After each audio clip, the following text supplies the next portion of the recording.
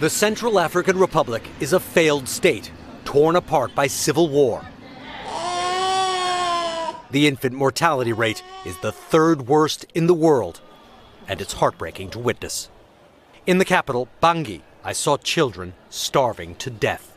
At the only pediatric hospital, they filled room after room. What's it like for you, as the director here, to see all these cases? It upsets me, she says. Mothers don't have money to buy food, and the children fall into this state. They are victims of Africa's resource curse. The people are poor, despite living on land with vast, untapped wealth. Here, it's gold and diamonds. But instead of lifting people out of poverty, the riches flow into the hands of Russian mercenaries from the Wagner Group, Russia's private army, known for its brutality in Ukraine. Wagner's leader is Yevgeny Prigozhin, President Putin's former caterer turned commander. In Ukraine, Wagner fights for the Kremlin. It makes its money here. According to two Western diplomats in Bangui, Wagner is extracting $500 million a year in gold, rare timber, and blood diamonds. This woman, who asked us to conceal her identity for her protection, lived in the village of Ndasima, where her husband was a gold miner. She told me how Russian mercenaries arrived, armed and in vehicles, and ordered the villagers to leave. They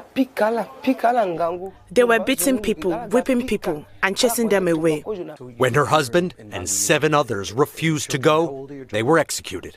What do you think the Russians wanted? Gold? You think it's as simple as that? Yes, they came for our wealth and for our gold.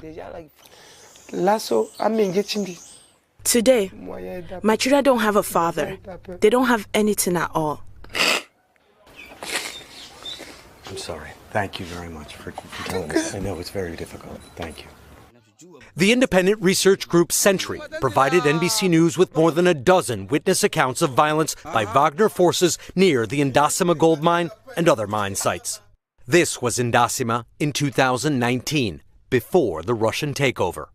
An image taken this month shows the mine has expanded dramatically. Analysts say it is now generating untraceable profits for Wagner.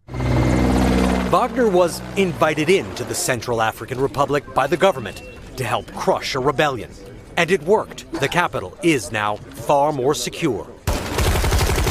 Wagner made a movie about its military campaign called The Tourist, showing its men defeating the rebels and saving the day. It was a hit and helped make Wagner popular. Do you think it's true, or do you think it's propaganda? It's all true. It's history, he says. There's a statue honoring Wagner on Bangui's main boulevard. The group even provides the personal security for the president. Mr. President, it's a real pleasure. Richard Engel, thank you very much. You've said quite famously that if your house is on fire, you don't care what color the water is. So I understand why you reached out and you accepted Russian help. Are you happy with it? You journalists are here. You should ask this question to the Central African people. They will answer you. I am here to make sure that this population is protected. The government depends on Wagner for its survival. Wagner pays itself in gold. The people are left starving. We reached out to Prigozhin. He responded with a voice note, calling our questions provocative and saying in part, quote, "You've received enough information.